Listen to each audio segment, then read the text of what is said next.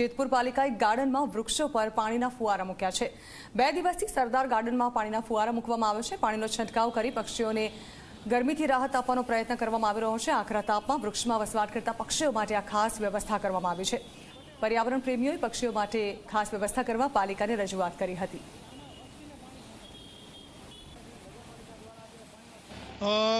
છેલ્લા 2-3 દિવસથી આ વાતાવરણમાં અસહ્ય 43-44 ડિગ્રી તાપ પડી રહ્યો છે। મનુષ્ય આ તાપને સહન નથી કરી શકતી, ત્યારે પશુ પક્ષીઓ પણ આ તાપને સહન નથી કરી શકતી। 2 દિવસથી આકરા તાપને કારણે જેતપુરના ગાર્ડનની અંદર હજારો પક્ષીઓ વૃક્ષની અંદર વસે છે। એ તાપને કારણે ટપોટપ મરીને પડી રહ્યા હતા, જે અંગે અમારા દ્વારા ચીફ ઓફિસર શ્રી ગઢવી સાહેબને જાણ કરી। ગઢવી સાહેબે તાત્કાલિક ધોરણે ફાયર બ્રિગેડની વ્યવસ્થા કરી। જેતપુરના ગાર્ડનની અંદર રહેલ પક્ષીઓ જે વસે છે વૃક્ષોની અંદર તાત્કાલિક પાણીનો છંટકાવ કરવામાં આવ્યો અને પક્ષીઓને આજ 2 દિવસથી આ અંગે રાહત મળી રહી છે।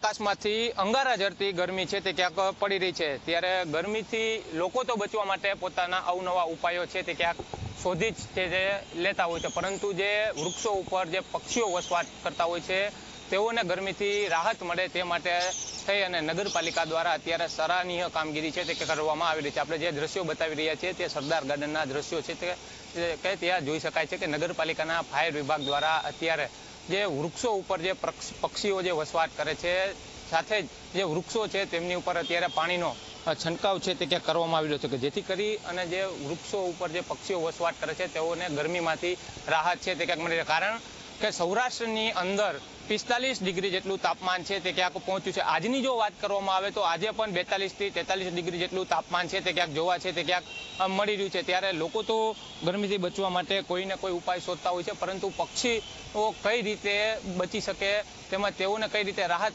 મળી શકે તેમને જ લઈને નગરપાલિકા દ્વારા અત્યારે પાણીનો છંટકાવ છે તે વૃક્ષો ઉપર છે તે ક્યાંક કરવામાં આવી રહ્યો છે। 2 દિવસ પહેલાની જો વાત કરવામાં આવે તો આ સરદાર ગાર્ડનની અંદર ભારે ગરમીના કારણે અનેક જે પક્ષીઓ છે તે ક્યાંક નીચે છે તે ક્યાંક પડ્યા હતા અને ત્યારબાદ છે તે ક્યાંક અત્યારે નગરપાલિકા છે તેમના દ્વારા વૃક્ષો છે તેમની ઉપર પાણીનો છંટકાવ કરી અને જે પશુ અને પક્ષીઓ છે તેઓને રાહત મળે તે પ્રકારની સરાહનીય કામગીરી કરવામાં આવી રહી છે। નરેશ બાલિયા, જી 24 કલાક, જેતપુર।